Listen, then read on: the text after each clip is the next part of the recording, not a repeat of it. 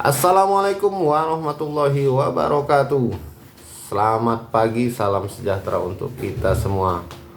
Apa kabar para sahabat YouTube dimanapun Anda berada? Saya doakan semoga semuanya dalam keadaan sehat walafiat, tak kurang satu apapun, lancar rezekinya. Amin ya robbal alamin. Kembali lagi dengan channel YouTube Sawit dan Satu. Info mengenai harga sawit, harga CPO atau minyak sawit, juga berita sawit lainnya. Pertama kita mulai dari editorial minyak sawit jadi tren global. Info Sawit Jakarta. Globalisasi menjadi isu menarik yang tak pernah habis untuk dibicarakan. Menariknya isu globalisasi menjadikan informasi gaya hidup hingga suatu produk mendapatkan tempat di hati konsumen. Ya, tentunya konsumen yang tertarik bukan lagi sekedar sekelompok di suatu daerah, melainkan konsumen dari berbagai negara di seluruh dunia. Era globalisasi telah menjadikan suatu fenomena tersendiri bagi peradaban manusia yang kian bertumbuh. Populasinya menjadikan dan menyesaki planet bumi. Sebagai contoh, dahulu bila ingin pergi lama ke luar negeri sulit menjelaskan kondisi perpisahan dengan keluarga yang akan berpisah dalam waktu yang lama. Kini era globalisasi telah menghadirkan alat komunikasi canggih ke dalam genggaman tangan. Bisa telepon kapanpun disertai gambar dan video yang real time tanpa mengeluarkan biaya sepeser pun, melalui jaringan internet yang mudah didapat dengan gratis. Berselfie ria, kata anak muda zaman sekarang, juga menjadi sebagian dari pertumbuhan gaya hidup yang terus bergerak di era globalisasi dewasa ini. Bahkan popularitas seorang artis di suatu negara juga dapat diikuti dengan baik di negara lainnya, seperti keberadaan artis K-pop yang kemudian melanda seluruh dunia termasuk Indonesia yang turut mempromosikan keberadaannya. Semua itu merupakan faktor positif yang dapat menjadi pembelajaran hidup dari tumbuhnya era globalisasi. Globalisasi yang dapat diartikan menjadi global sejatinya tak hanya dinikmati pelaku ekonomi di luar negeri.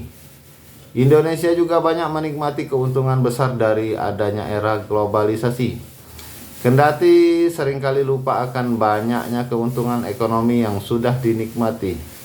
Sejak zaman penjajahan, produk-produk asal Indonesia seperti rempah-rempah sudah melanglang dunia, menjadi produk unggulan yang banyak diminati negara-negara di dunia.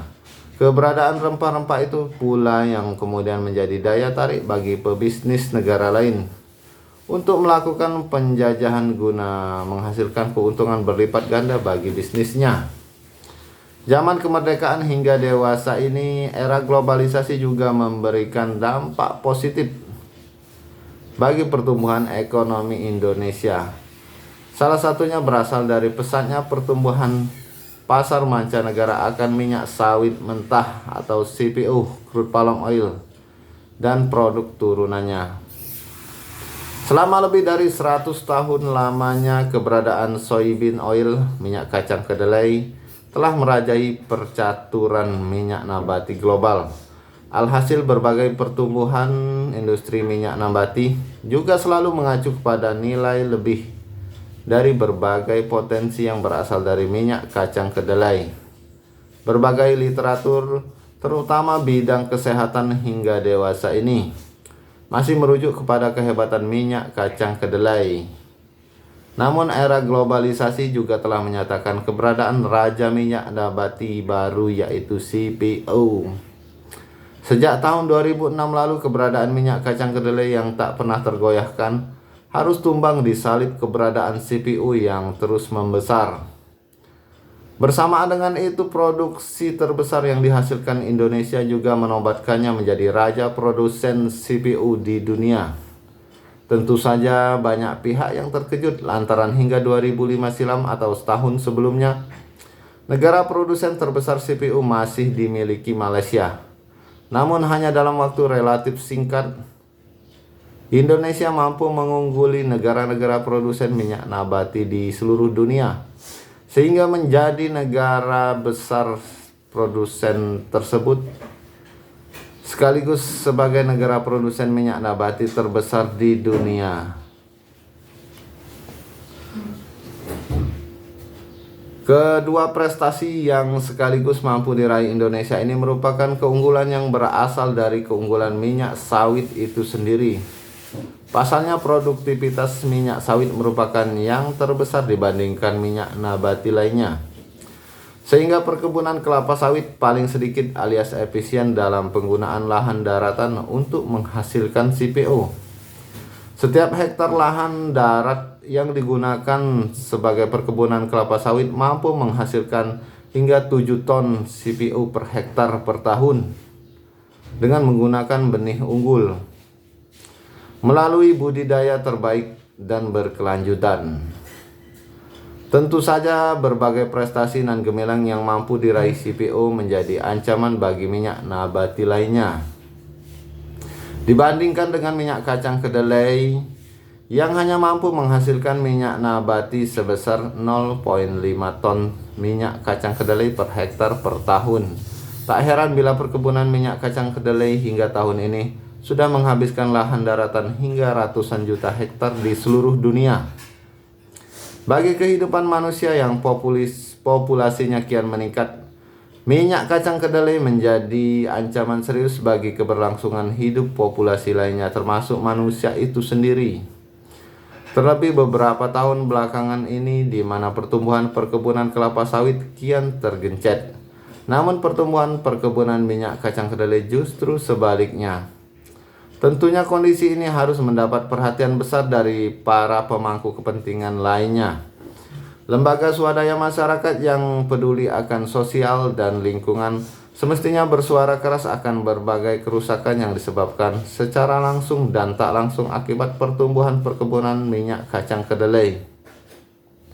Tentunya era globalisasi juga yang akan membuat fakta ini semakin bertambah jelas. Siapa perusak lingkungan dan sosial terbesar di dunia? Ada yang tahu? Fenomena pertumbuhan perkebunan yang menghasilkan minyak nabati di dunia menjadi sangat menarik. Pasalnya, sejak berhasilnya minyak sawit mentah atau crude palm oil CPO menduduki tahta sebagai raja minyak nabati dunia, berbagai serangan isu-isu sustainability sering ditujukan kepada perkebunan kelapa sawit. Hingga peradaan moratorium tahun 2010 silam di Indonesia yang pula berhasil memaksa menghentikan akan perluasan lahan perkebunan kelapa sawit di Indonesia bahkan di dunia.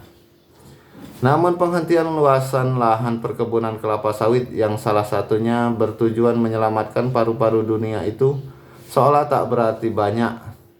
Di beberapa negara di dunia yang merupakan negara produsen minyak kacang kedelai justru berlomba-lomba memperluas perkebunan kacang kedelai yang mereka miliki.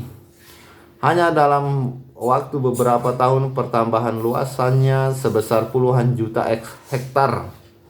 Total hingga tahun 2017 ini, luas perkebunan kacang kedelai sudah mencapai lebih dari 120 juta hektar. Dari data LMC tersebut di atas menggambarkan tren pertumbuhan luas lahanan perkebunan minyak nabati di dunia. Jika lahan perkebunan kelapa sawit berhenti membesar, maka porsi pasokan minyak nabati akan diambil alih minyak kacang kedelai. Di sisi lain, lahan daratan yang digunakan sebagai kebun kacang kedelai akan terus membesar. Seharusnya perkebunan kelapa sawit yang harus terus bertumbuh, supaya pasokan minyak nabati global akan terus terpenuhi, tanpa menggunakan luas lahan daratan dunia yang terlalu besar. Mampukah sawit menjaga bumi? Baik para sahabat YouTube dimanapun Anda berada, sementara untuk harga CPO di KPBN terupdate Rp11.510 per kilogramnya, belum beranjak ya, udah 3 hari ini Rp11.510 per kilogram. Kemudian untuk harga sawit di Merangin Jambi Di tingkat PKS Rp2.210 per kilogram juga masih di titik Rp2.210 per kilogram. Mungkin para sahabat YouTube ingin memberikan info berapa harga TBS sawit di daerahnya masing-masing. Silakan tulis di kolom komentar agar bisa berbagi dengan teman-teman lainnya. Baik para sahabat YouTube dimanapun Anda berada, demikian info dari Sawit dan Satu kali ini mengenai harga sawit, harga CPO hari ini Selasa tanggal 24 Januari 2023. Mohon maaf jika ada kekeliruan kata atau salah ucap. Dan jangan lupa dukung channel Sawit dan Satu dengan cara subscribe bagi yang belum, like dan share agar kita tetap terhubung setiap harinya untuk saling memberikan info mengenai sawit. Saya akhiri, wabillahi taufik wal hidayah. Wassalamualaikum warahmatullahi wabarakatuh.